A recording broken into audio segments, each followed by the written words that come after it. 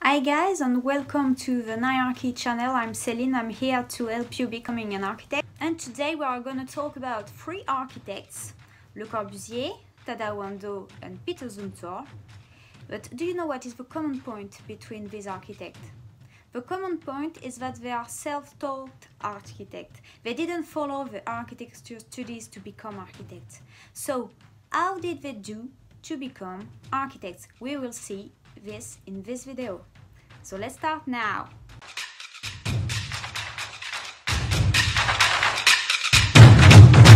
First of all, I want to insist on the thing that these architects have an international recognition. Le Corbusier is considered as a figure of modern architecture. 17 of his projects are listed on the UNESCO list, so this is really important. Then Tadao Ando and Peter Zumthor both received the Pritzker Prize, which is the most important prize which rewards architects for their work. Tadao Ando received the Pritzker Prize in 1995 and Peter Zumthor in 2009. So, how did they do to become such famous architects? The first common point between their paths is the fact that they choose their own way of studying architecture.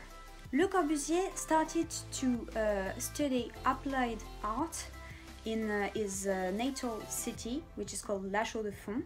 Then he studies decoration in a special school with a teacher which was a famous painter at the time. Tadao Ando first wanted to become a professional boxer, so nothing in common with architecture.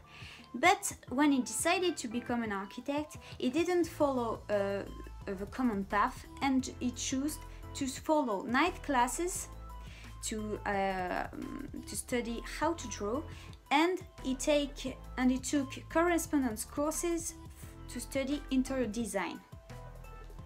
Then Peter Zumthor studied in an art and crafts school in Basel, in Switzerland, and then he studied industrial design in New York in the Pratt Institute. The second common point between these architects is that they were really curious about architecture, and this curiosity was manifested by their taste for traveling, for visiting buildings. For example, Le Corbusier, when he decided to become an architect, read a lot of books about architecture, about philosophy, and he learned architecture by sketching buildings. Between 1907 and 1911, he traveled a lot in Europe. He traveled in cities such as Athens, Venice, Vienna, and Munich.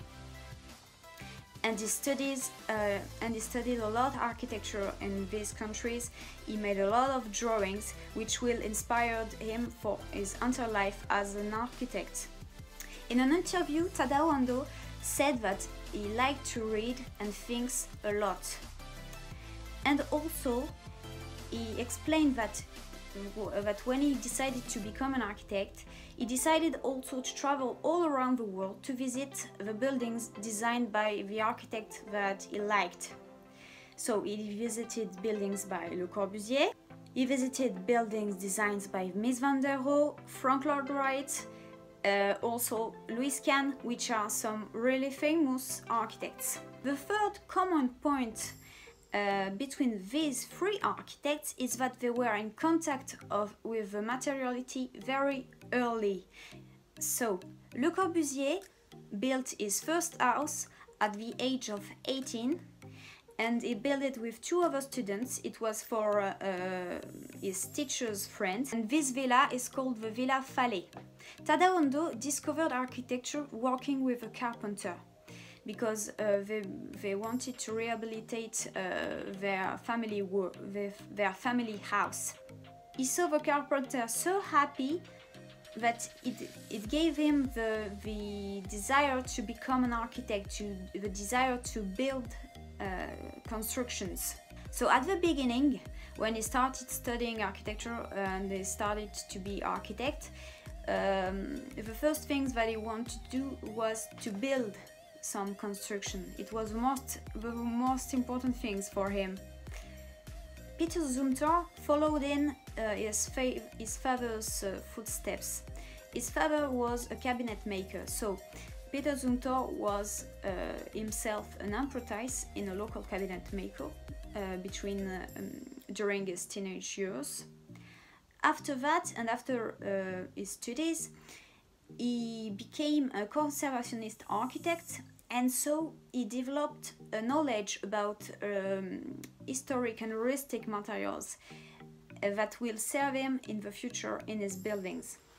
The fourth common point between these self-taught architects is that they developed their own philosophy of architecture, their own way of designing architecture.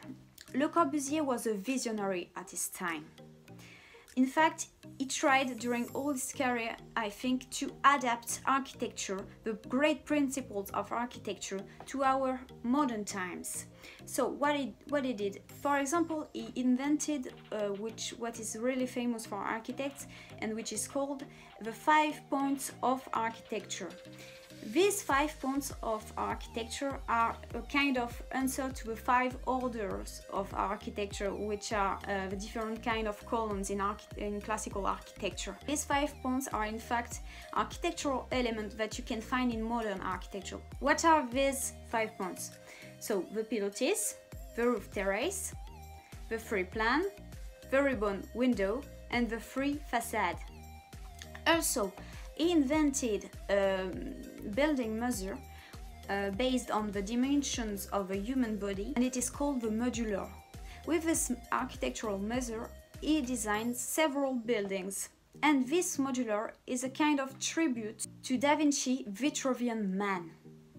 Tadao Ando's architecture is more inspired by the Japanese culture. Is in particularly inspired by the Zen religion. So in the Zen religion, the inner feelings are much more important than the outside. And Tadao Ando tried to design some buildings in which you can feel strong emotions. And in an interview, he said that he wants his architecture to be remembered because he understands the fact that architecture will not last forever, but the most important for him is memory. Peter Zumthor developed a very sensitive way of designing architecture.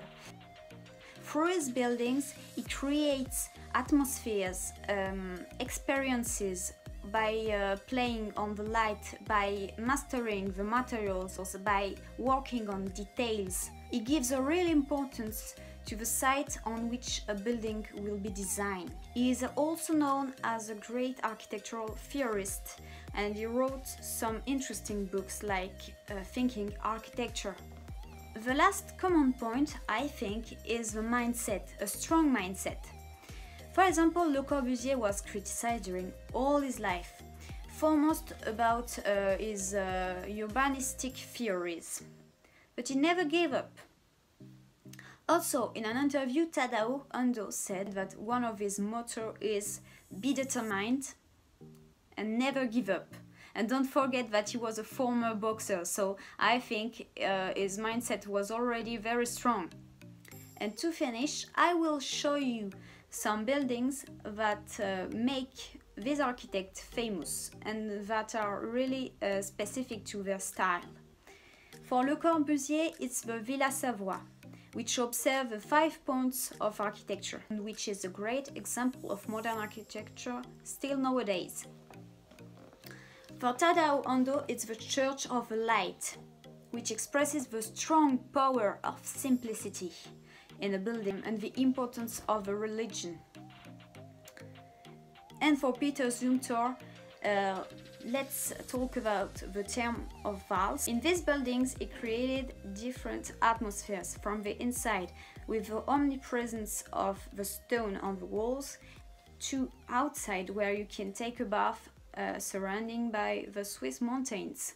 In conclusion, what we can remember about these architects and their life is that you don't have to follow the common path and to follow architecture studies to become an architect. Also, even if you already graduated or even if you want to follow architecture studies, you have to remember that if you want to practice architecture in your own way, you will have to learn by yourself. Not just learn the things that your boss or your teachers want you to learn. If you want to be independent, if you want to build your own style, you have to learn new things, the things that you want to learn, the things that you think are really necessary to your future practice. So I hope this video will inspire you in the future in your career, in your studies. I encourage you to follow these architects' steps to become a great architect. If you want to become an architect, whoever you are, I've created a newsletter. You can join it and you will receive articles about architecture, architects, the way an architect thinks. Also, you will be able to talk with me in private to talk about your difficulties so that I can make courses for you. You can also join the Facebook group Be an Architect to talk with architects worldwide. And don't forget to subscribe because I am posting a new video on every Monday. So I hope this video was good for you and I see you in the next course. Bye!